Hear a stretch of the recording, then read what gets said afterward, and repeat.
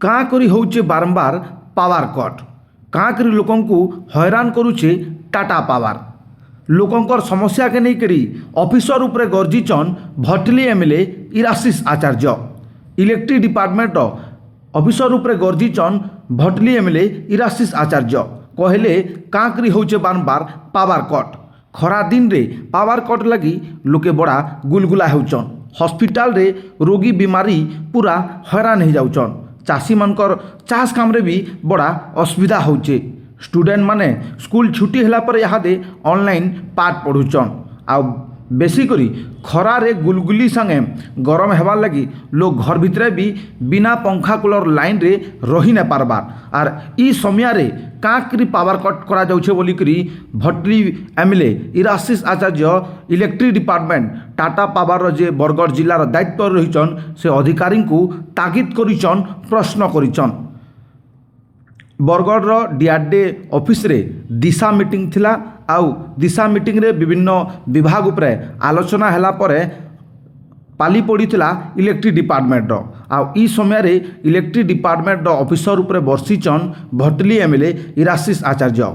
लोकंकर समस्या के जानिछन, लोकंकर समस्या के देखिछन। आउ सेतिर लगी बोली विभाग रो ई विभाग रो अधिकारी उपरे आज भटली एमएलए बर्षिछन।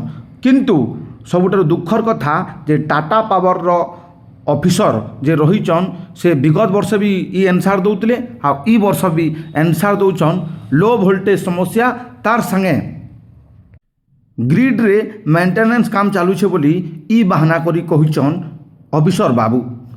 अलगा आड़े मुख्यमंत्री आउ उपमुख्यमंत्री पावर कट नहीं करवार लगी निर्देश देला परे भी काँ करी पावर कट करा जाउछे बोली विधायक सीधा ऑफिसर के प्रश्न करवार संगे कड़ा तागिद करिछन।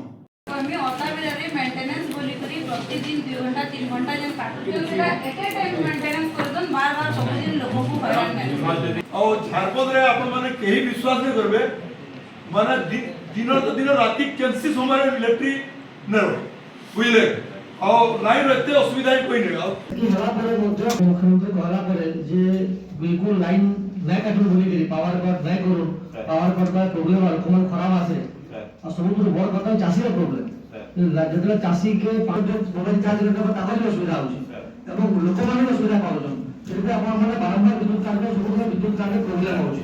କାଇଁ କେମିତି କାଁ ଅସୁବିଧା ଆପଣ ଏଟା ଅଛି କାଇଁ ବିଷୟ ଅଛି କହିଲେ ଯେ ଓଡ଼ିଶା ଇଲେକ୍ଟ୍ରିକାଲ ପୁରା ଷ୍ଟେଟ୍ है ବଳକା ରାଜ୍ୟ ବିଦ୍ୟୁତ ବଳକା ରାଜ୍ୟ ତ କେନ୍ତା ଲୋକ ପହଞ୍ଚି ନା ପାରେ ଇଲେକ୍ଟ୍ରିସିଟି ଯେତେବେଳେ କି ମାନନୀୟ ମୁଖ୍ୟମନ୍ତ୍ରୀ ଏବଂ ମାନନୀୟ ଉପମୁଖ୍ୟମନ୍ତ୍ରୀ ବିଭିନ୍ନ ଘୋଷଣା କଲା ପରେ ଏଇ ନମ୍ବର କାଁ ଅସୁବିଧା ଅଛି ଆପଣ सर बरगढ़ जिले में हमर 12टी ब्लॉक में पावर कट में सेटा बुझे लोड शेडिंग रो मुख्य कारण होला जो हमरो एलआई पॉइंट को हम विगत 2 वर्ष भीतर ऐड करछु जोटा कि लोड को अति कम रे 10 मेगावाट बढ़ी दी। तो 10 मेगावाट को कोप करिया पे हमको फैक्ट्री के भी नुआ हमें लाइन चलीचु सबस्टेशन भी करू। तो से सबस्टेशन आगामी 3-4 मास भीतर सब चार्ज हो जा फल हम रोड समस्या जो शेडिंग रो समस्या भी रहिबो। से ब्लॉक गुडा हला हमर भटली ब्लॉक, अंबाबना ब्लॉक, जागोन ब्लॉक और सोयला ब्लॉक रो किछि ब्लॉक माने ये होती। तो एटा और 2-3 मास भीतर कंप्लीट हे जो 2-3 मास खरा मास सही वाली फर्स्टली माने मो कहली ब्लॉक गुडा जे भटली ब्लॉक अंबाबना ब्लॉक देखिबा सेटा विदिन 3 डेज 3 दिन में हमें लागो और सोहला रो बेतो मास से 1.5 मास लागि पर सेटा सेते भी मो 3-4 मास नले प्राय ब्लॉक सॉल्व देव सांसद श्रीमान प्रदीप पुरोहित अध्यक्षतार आज बरगढ़ दिशा कमिटी बैठक होता और केंद्रीय योजना किभली भाव में तल स्तर में कार्यकारी होउछि कि ना से कार्यकारी जो लास्ट बैठक रही केते दूर पर्यंत कार्यकारी है संगे अवगत करवा और आगामी दिन में कौन कार्यकारी हम कि भाव में बरगढ़ जिला ओडिशार श्रेष्ठ जिला हम कि भाव में जहाँ सब केंद्रीय योजना आस खर्च हम ता विषय पुंखानुपुंख आलोचना है। भाव में बिजुली कार्ड को लेकर मो निर्दिष्ट भाव तागिद करी तार कारण है जे बरगढ़ जिला गोटे चाषी चाषबास अंचल और चाष बरगढ़ जिला परिचित अच्छी रवि ऋतु रे बहुत लोक माने गभीर लोक चाष करते लाइन न आसो तार चाष प्रति आघात हो। ये प्रथम विषय। द्वितीय विषय जे एबे लाइन कार्ड जो जो स्कूल छुट्टी जाइए ऑनलाइन पाठ पढ़ा होची पाठपढ़ा व्याघात सृष्टि छात्र मानकर हॉस्पिटल रे लाइन रहिबो नै रोगी माने असुविधा भोग करेंगे और ଯେତେବେଳେ ମାନ୍ୟବର ମୁଖ୍ୟମନ୍ତ୍ରୀ ଏବଂ ମାନ୍ୟବର ଉପମୁଖ୍ୟମନ୍ତ୍ରୀ କହିସାରିଛନ୍ତି ଯେ ବିଜୁଳି କାଟ ହେବ ନାହିଁ କୌଣସି କାରଣରୁ ଏବଂ ବିଜୁଳି ଦେୟ ନଦେଲେ ମଧ୍ୟ ବ୍ୟବସ୍ଥା କରାଯାଇ ପାରିବ ନାହିଁ ଗ୍ରୀଷ୍ମ ଋତୁରେ, ତାପରେ ପୁଣି କାଟ ହେବାର କୌଣସି ଆବଶ୍ୟକତା ନାହିଁ।